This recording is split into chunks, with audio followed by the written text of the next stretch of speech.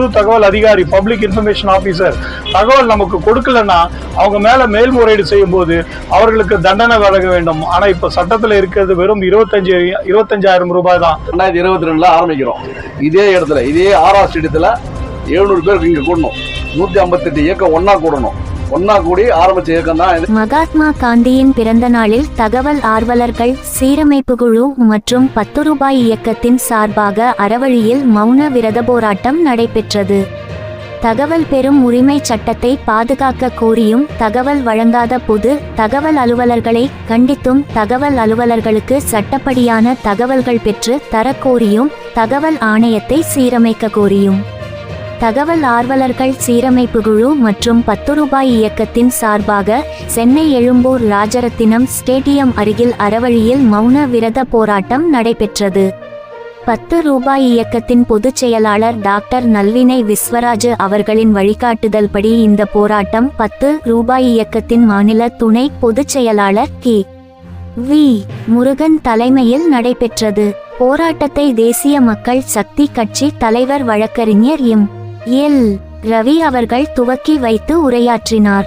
தகவல் ஆர்வலர்களுக்கு ஏற்படும் குறைபாடுகள் குறித்து 10 ரூபாய் இயக்கத்தின் மாநில செயலாளர் பாஸ்கர், சென்னை மாவட்ட ஒருங்கிணைப்பாளர் திருமுருகன், மத்திய சென்னை மாவட்ட செயலாளர் வி.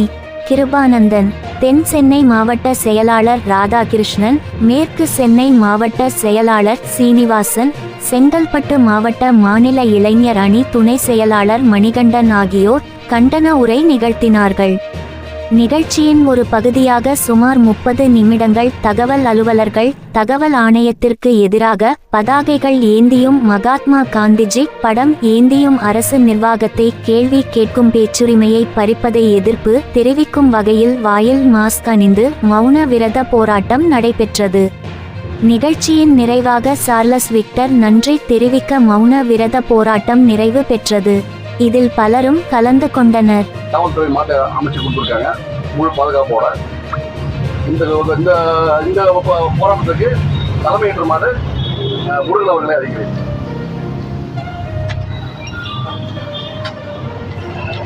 அனைவருக்கும் வணக்கம். அக்டோபர் 2 இந்த காந்தி ஜெயந்தி. அக்டோபர் 2 காந்தி ஜெயந்தி 10 ரூபாய் இயக்கத்தின் சார்பாகவும், தமிழ்நாடு தகவல் ஆணைய சீரமைப்பு குழுவின் சார்பாகவும், தமிழ்நாடு தகவல் ஆணையத்தில் நடைபெறுகின்ற முறைகேடுகள், சீர்கேடுகள், சமூக ஆர்வலர்கள் மன உளைச்சலுக்கு ஆளாக்கப்படுவதை கண்டித்து 10 ரூபாய் இயக்கத்தின் சார்பாக இன்று காந்தி ஜெயந்தி முன்பு நடைபெறவிருந்த இந்த மௌன போராட்டத்தை ராஜரத்னம் ஸ்டேடியம் முன்பாக துவங்கப்பட்டிருக்கிறது. இதற்கு டாக்டர் 10 ரூபாய் இயக்கத்தினுடைய பொதுச் செயலாளர் டாக்டர் நல்வினை விஸ்வராஜ் அவர்கள் துவக்க விழாவை தொடங்கி வைப்பார். அதற்கு நமக்கு முன்பாக வந்திருக்கின்ற தமிழ்நாடு தகவல் ஆணைய சீரமைப்பு குழுவின் சென்னை மாவட்ட ஒருங்கிணைப்பாளர் வழக்கறிஞர் திரு எல். ரவி அவர்கள் சிறப்புரையாற்றுவார். 10 ரூபாய் இயக்கத்தினுடைய இந்த கூட்டத்திற்கு தலைமையேற்று நடத்தி கொண்டிருக்கும் முருகன் அவர்களுக்கும், வழக்கறிஞர் பாஸ்கர் மற்றும் திருமுருகன் மற்றும் அனைத்து போராளிகளுக்கும் என்னுடைய முதற்கண் வணக்கம்.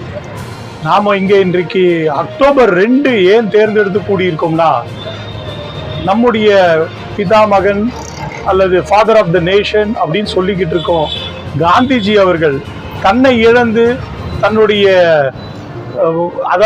குடும்பத்தாரை இழந்து, உறவினர்களை பற்றி கவலைப்படாமல், தனக்கென்று எதையும் தேடிக்கொள்ளாமல், இந்த நாட்டிற்கும் இந்த மக்களுக்கும் ஒரு ஆங்கிலேயன் அடிமைப்பட்டிருக்கும் நம்மளை சுதந்திரம் பெற்று நாம் சுதந்திரமாக நேர்மையாகவும், உண்மை என்கின்ற வார்த்தையை அவர் பலமுறை உபயோகப்படுத்தி இருக்கிறார்.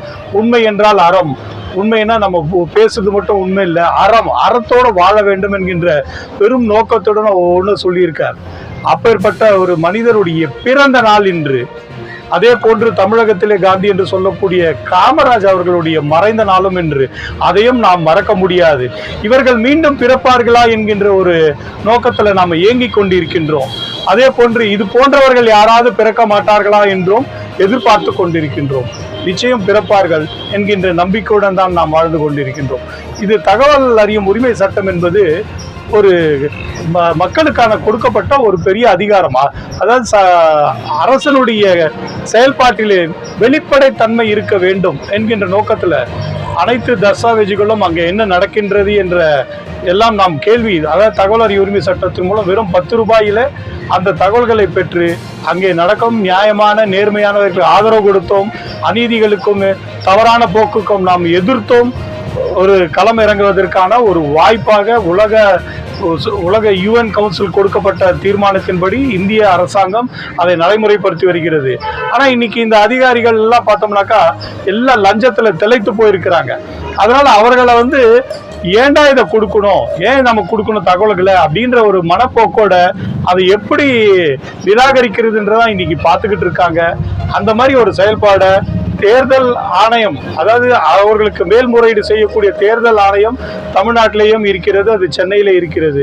ஆனால் இங்கே பார்த்தோம்னாக்கா இங்கே 18(1) செக்ஷன் 18(1) தான் அது கொடுக்கணும். அதன் பிரகாரம் நமக்கு நீர்த்து போக செய்யக்கூடாது. அவர்கள் கொடுக்கவில்லை என்ற பிஐஓ, பொது தகவல் அதிகாரி, பப்ளிக் இன்ஃபர்மேஷன் ஆஃபீஸர் தகவல் நமக்கு கொடுக்கலன்னா அவங்க மேலே மேல்முறையீடு செய்யும் போது அவர்களுக்கு தண்டனை வழங்க வேண்டும். ஆனால் இப்போ சட்டத்தில் இருக்கிறது வெறும் 25,000 ரூபாய் தான். ஆனால் இந்த தண்டனை பத்தாது. ஏன்னா இந்த இதெல்லாம் 25,000 ரூபாய் என்பது ஒன்றுமே 25 காசு மாதிரி ஆக்கிட்டாங்க இன்னைக்கு. அதனால இதெல்லாம் ஒரு 1 லட்ச ரூபா வரைக்கும் அவங்க சம்பளத்திலேருந்து பிடிக்கிறக்கூடிய ஒரு சட்டத்தை அமெண்ட்மெண்ட் செய்ய வேண்டும் தான். இதெல்லாம் நம்ம செய்யணும். இதற்காக தான் ஒரு 10 ரூபாய் இயக்கம். அதே போன்று அச்சுறுத்தல்கள், தகவல் கேட்பவர்களை அச்சுறுத்தல் ஒரு மிகவும் கொடுமையானது. சமீபத்தில் கூட விஏஓ பார்த்தோம், ஒரு மணல் கொள்ளைக்காரர்கள் எப்படி அடித்தாங்கன்னு. ஸோ இதெல்லாம் ரொம்ப அராஜகத்துக்கான ஒரு வழி. அதையெல்லாம் நம்ம கட்டுப்படுத்த வேண்டும். அதற்கு தான் ஒரு இயக்கம். அதுதான் இன்னைக்கு தமிழ்நாடு முழுக்க நல்வினை விஸ்வராஜ் அவர்கள் ஒரு பெரும் முயற்சியில் தமிழ்நாடு முழுக்க கட்டமைத்து வருகிறார். இது இந்திய நாடு முழுக்க கட்டமைக்கப்பட வேண்டும், இது வளர வேண்டும். அந்த காந்திஜியினுடைய கனவுகள், அதாவது ஒரு வெளிப்படைத்தன்மை, உண்மையான நேர்மையான ஒரு அரசாங்கம் அமைக்கப்பட வேண்டும், மக்களுக்கான அரசாக அமைய வேண்டும் என்கின்ற நோக்கத்திலே அவர் கனவு கண்டார். அந்த கனவை நாம் நனவாக்க தகவல் அறியும் உரிமை சட்டத்தை கொண்டு 10 ரூபாய் இயக்கின் வாயிலாக நாம் அதையெல்லாம் வெற்றி காண வேண்டும். இந்த மௌன போராட்டம் வெற்றி அடைய என்னுடைய வாழ்த்துக்களை தெரிவித்து நன்றி கூறுகிறேன். நன்றி.